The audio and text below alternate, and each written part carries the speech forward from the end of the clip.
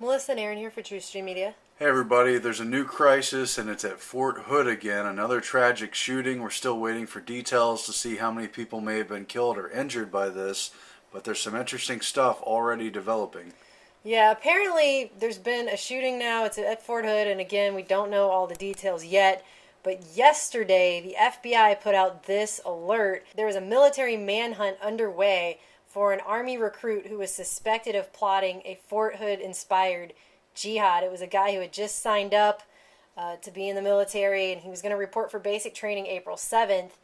And some word came out that he had an intention to commit a jihad. It was going to be a Fort Hood-inspired jihad. And then later that night, after news of this alert came out, the FBI went on record to say, "Oh, that's not a real threat. It's not a big deal." Even though the warnings before were that it was imminent. This was an imminent threat of a Fort Hood-inspired jihad shooting.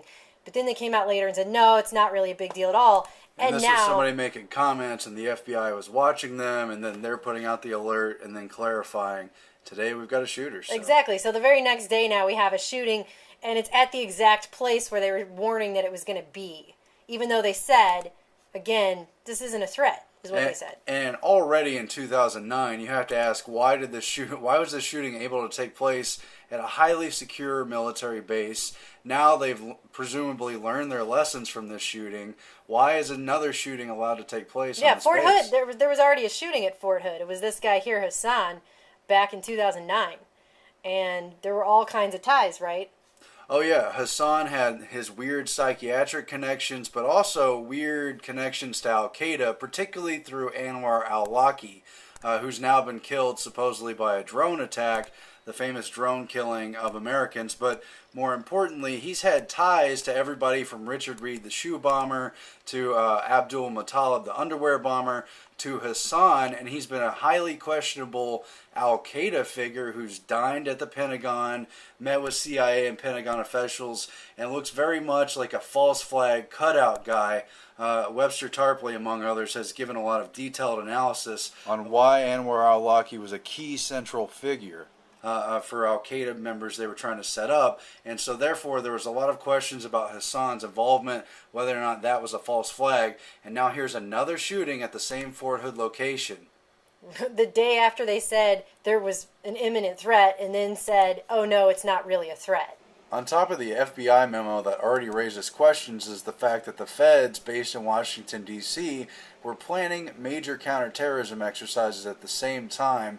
This went out on April 1st, but it's no joke. They said that in response to Al-Qaeda magazine's calls for more car bombings, they were doing major tabletop exercises and continuity of government exercises, particularly based in the D.C. area, but in other parts of the country too.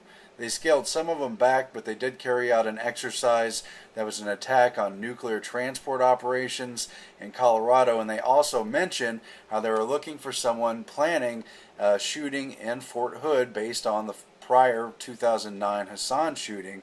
And just like with 9/11 and with the Boston bombing and other events that go live and really happen, there's often drill activity taking place right before or overlaying right on top of it. It's a lot of times a giveaway to a false flag scenario, and we definitely see partial support for that here, because there's a lot of talk about training in response to things Al-Qaeda might do, and now here's that shooting, talking about lone wolf attacks.